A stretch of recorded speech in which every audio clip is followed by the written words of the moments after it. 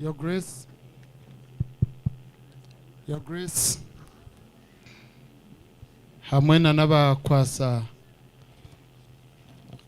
ekitambo kya misa, Sabadikoni witu wa Kashenshero, Canon Mubangize Richard, mukuru wanje His Highness King Caesar Murenga, ba MP bagenzi banje, kandi His Highness ninjira Your Grace ninye nakwire kiro konkambire naye biro so kibe cyanyebe, so His Highness mugambirijo ati nawe yandonda nyomwe bazo ekiro ati konko mukoro gokanya no gwaryari nkebwe so yasimbura twa confirminga ekiro twa confirminga erizo nyekiro shankina, so yasimbura shahi 11 zakasheshe shaha ishatu yampikire mweno munywanaso ugogwe no munywani owaharura ba MP bagenzi banje RDC wito mukundo wa chairman LC5 omujwecero wa Honorable Kahonda mukuru Silva kwa yayit n'abantu mweno mu bitinisa byanyu tinkwenda kutwara ubwire buringwa nashemerwa kurangweje program mukuru wanje Silva Silva mayang hating mnyomweta mukuru wanje so mweni bankwe birwe Daudi tubwenje na mzee wanje mzee Daudi nimba tuine mu deputy RDC wito mukuru Silva ijano mchara we na nabantu mweno mu bitinisa byanyu reka tureke kubitondora abo kwerize cyatureta umukuru wa Onesimus no kuronda sente tikutondore bitinisa tikutondore bitinisa. So tinyine speech kureka ninyenda kwanza na kusima Your Grace iriza samoni yawe yampikare ya very very deep very uwanoreba nandi nkodya simu konkana nimbihandika asimu abo kwa kunkubihandika opapuro bo mwebibura so nane taking a notes yeri deep abo kwa yaba eri in line na neche twire muna president witu ugogo muntu wenyima contribution yeye neha kane basa kuyambeta ihanga mweni mwa abantu abenyima abo kampuri habantu amwe ngona shi president kutayira abantu muntu ine mbuzi ibiri ngogo ine empunisha tu nibonka karakana kiwagamba kasigaza kabira kine migate 5 nibaba bi president atwire narambura na hikamu abine migate 5 eyarugiremu okurisa abantu bona no kushage kashaka mweno yatamburaje munonga norta ya yorwa president urutwiremu nahora nashemerwa munonga kandi nagizirogo mugisha habo kuba Your Grace abantu abamwe kwa kuza kutwija orayate yabumbe ngaro yateka muyazakibo yanza yayika atsika chakibo yasindika hompora aboja ngo ariyo nateka mechi nushu tarishuwa yachitaragwa chinusha chindi tukamanye chiyata so na ikatsika ayasiga hompora asiga kasente mpora kashume abeshu wangu tikayomba yargati nanye natwijo mutwara norango mtima gwenzire konkata jizire chi. So message Grace His Grace ya Teresa ne kujangu niwe akwako kachako yine nikabasa kurugame kintu cyo mugasho cyango munonga kirisa abantu mweno wandebire ndiyo ninyija kubatiza bwaha tata kandeta apikiyeye ebyo berakaye nakapika government kapchako kata kutwikiriza kukari bato ako kapika tata hoko niko yabira twakana akakuma jaka pika government konkediza akampeka ho yandeta cyenda nene nija nabatizibwa kandi yonke ronda na no muzire wanje tata byabe nanda kumpanka banga nangwa hino unaronzire ya mwanga aho kankandonzire umushiro witoko bakumweta kinubi owabira mpebi kwijo ndi kushoma kigarama yaja ngoke kare tibi yikiriza tibijuka abo kana bakamperezaga ngo father bazigambira yatubatizaha nangwa father bazigambira ubwo akakora umurimo murungi yo grace ubwo kugira abantu bagira amazina marungi agarya abajurize abo ko bakakubuza omwana wa mweto otunamweta Sharon ni mujurize iki nibikikubuzabuza Dinavense nakubatiza omwizina ryaki omwana oshanga bamweta Prikeria bamweta Dinavense cyatuma abantu bamanya amazina ago kumanya ngo umwana atakumweta izina ryo so ekintu cyo nturugame kintu cyamani mukama yatwatireho turyabikiriza kandi tukakorana mani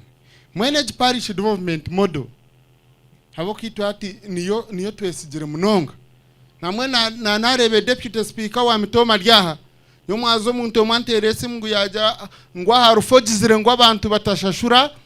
ngo noja kugamba nanye ngo abantu batashashura ingaha please echecho nienda kuchikoraho serious habwo kuba twashanga mwebembezo ryo no gambira abantu batashashuri nituza komozi bashashurire. I want us to be serious. Our programs za government tutagaruka kugaruka nyima RDC ni nyende byo bintu mu bicondoze hata kagiro mwebembezo banonda karuno yenda ki okagira abantu ngo batashashura abo kwezi sente nizagaruka mu omusako yecyaro abantu abandi bazeguze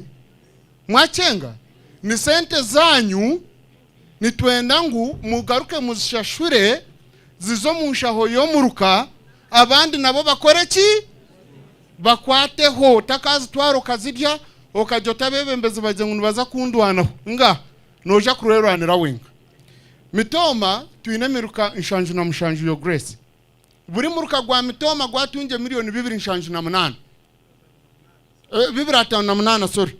2.8 buri muruka muri mitoma twayikize mu billioni 10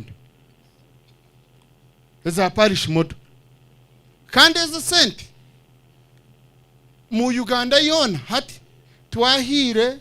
trillion 2 na billioni 8 omudyoko kwa kana ntuza kongera okwa katano ntuza kongera ezindi no okwa kana ntuza kongera ezindi billioni 500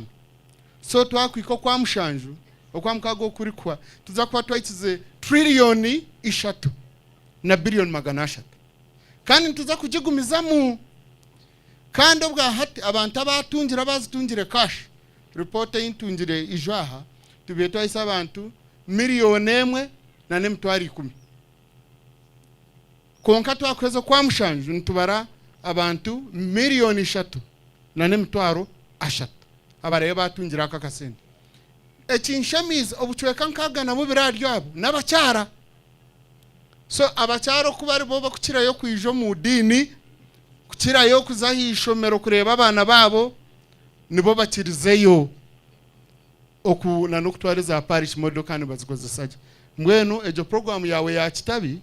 eyabacyara nituje kukwagira nyezanje tinkuzireto mukibaha kaka kiwe nonaga mu mutwaro imitware 2 ona sho ryayombe kadyara njya kuronde ntanda nunjinjirete indiyo ni impendera ni nyenda kusima mukuru Silver hati nyona agamba byinja abo kwandice yamani kandi hati vice wanje yagamba nyo uri kumukiza mani konkani wari koraga anyambire munonga nuwakoraga so nienda kusima eche kizimbe echi turiyo ntukora turiyo nitukora ze sente zitwenda mutwe nensigo zo kugira ngo diocese neja kwikobwire oshange twani tuombeka kandi niyo yaturete ibyo kombekese mwacenga so nitwenda ngo murete nsigo twatiro his grace na team tusige tugende tuombeke tungure cyangwa kandi nko kuba abagambira itwe no manyaka sente kiti toko kamuhereza his grace nikaruga mecho mugasho nikakozesebwa gye so ntuza kureba ngo aka kasente kakozesebwa gye kandi twatereza ekindi no kubashaba twazo mu season ya Karuru bana bama watera umuntu akarura bwo kuba mukristo arye kifera naja kuguma arye kifera atari mwebembeze naja kuguma atari mwebembeze watera umuntu akarura bwo kuba mukristayo ukateka ngo ejeje akabari yo yaba qualification ya rida wawe yari busha naja kuguma ari busha muterera Karuru abantu abwo gukora so nabeshengereza kuno konka mitoma twireje tari mu byedini kandi hameraho ni of course ine twinemo abantu abatari jo mu mutwa bakubigendera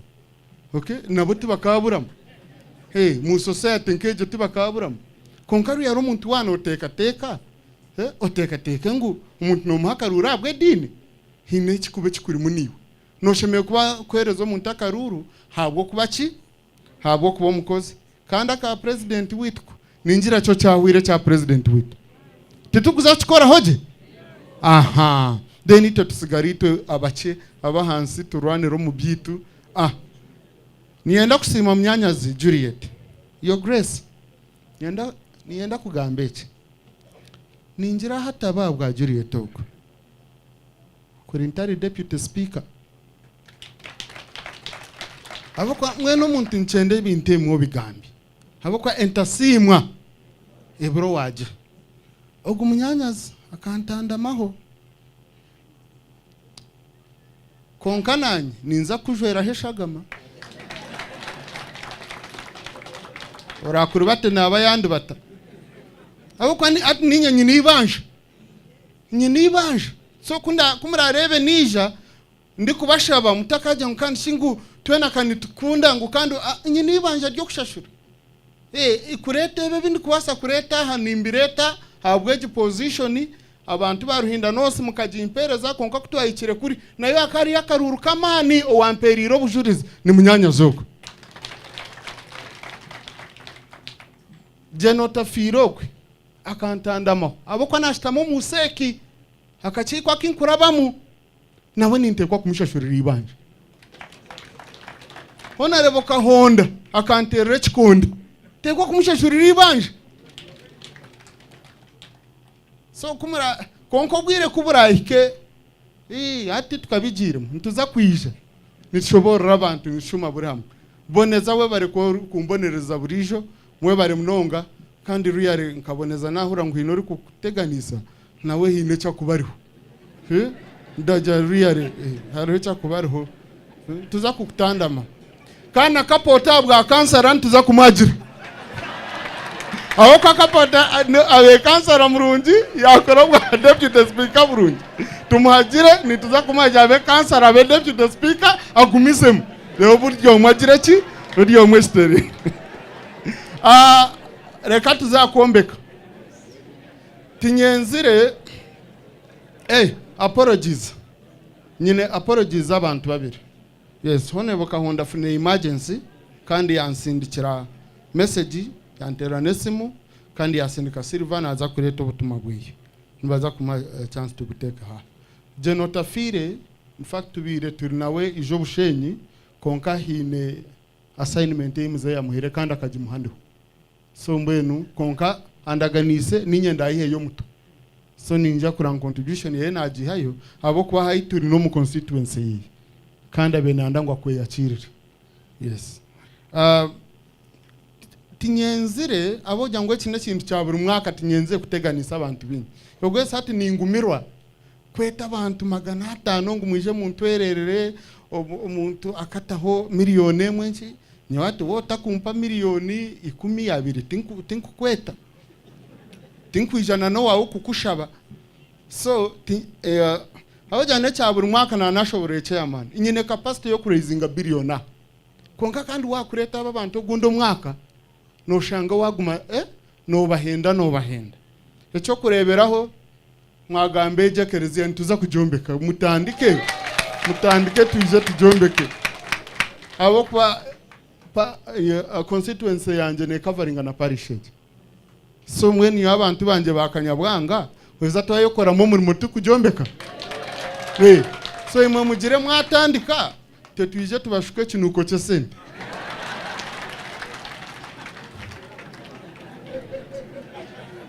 Siza nari tushare muwelizo batunyige tubore ko kwera atandikwe. Maybe aho kwa planningaga na King Siza niwe brother wanje. So tubasa kurondo kutwa planninga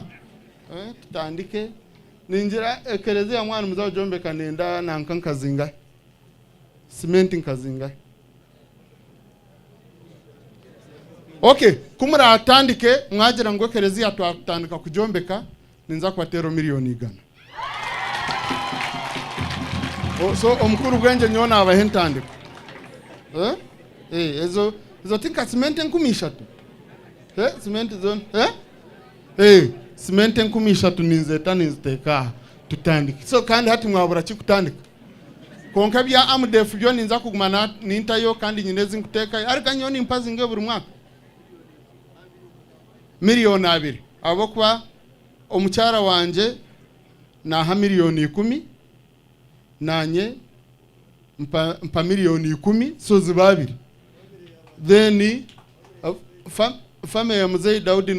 nuwa kweshariramo ayi nabana be. So tata yagira ngo amdef nawe family yeye neza kwa ne ha miliyoni 10 konka shemeye kurenga konka ntiza kushitama tuganira abo kwa Alex we nkashemeye ku 10 so family yabanjana 10 nince shemeye kubera renze. Then mutabani wanje Rubanda Mayonza eyabana ne yazinga he mtwari 10. Okay, nawe naza Rubanda Mayonza na 10 najongera hejo najiba konka egeri zoba katuza egeri zoba target yanje mbenda jantu 7 miliyoni 300 abo kuba orikiriza yayinezinga 2 2 ona titukayisa 300 nizika. So hati katurebo okuziraika nakubateraho miliyoni 50 cash.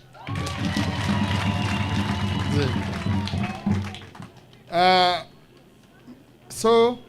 konka kumbire ni nyija najantoke kagira bina unashaba homwe izi ni miliyoni 50. Banja ngo izi ni miliyoni 50. So Father Zedi niwe confirming an miliyoni 5. Okay?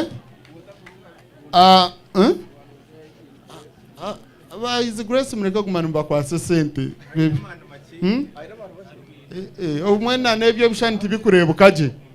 ushanga bija babatandika ngurani bamuheba hasa nagira reka tugume tubikorera oku tubikorera oku the Grace twege kumantu mukwa sesente nachi. Nagambira mnywani wanje kandi boss wanje right honorable speaker kananinyisha so narabaho namujakoro miliyoni 2 nazo cash zira.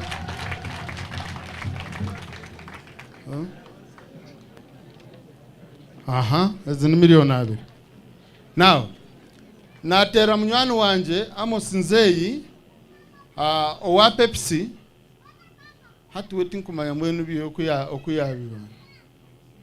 konka yanjira we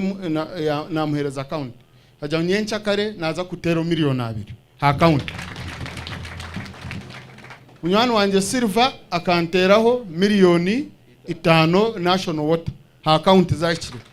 konka nyina batireho sente konka ninza confirminga nizingahe abankaba UEDCL aba UCC so mureba statement a statement eze ye wazirebere tokukireba tekubimanya fala areke bye ekatuhwezeje abo kwa yanga mbere sente zabe nabara ineza agireho bakagizire so niyenda turebe anyway nobuzo kwa zitakize nizisha konka yanja ngweze yazitire miliyoni 5. Mnywani wanje Jime Mugerwa nawe namutera namujyana ninjaha yanja nyencha ke nawe nantero miliyoni 10. Sorry tindamanyiro bwiri nkebwa nazo mu bindi yo Grace otherwise ahimba nyijukire nkani nza kujaki. So target yanje niye namutwereki tugihisa kandi hageze aburaho nabwe ni stopping up ntugisa so ntekwa kwisamagana oko nenda turuge kuno tusinjira so hageze aburaho ni steka ho nyencha kandi tujaki si konka ntakanyiza mukuru wanje King Siza akateka hezera renga nezo reka Your Highness ija oyakura abantu kandi entanda yo twinire hino muntu nimpamya Your Grace omubantu abahire akidayesize je sente achikwasire medo we bari munonga mukuru wanjye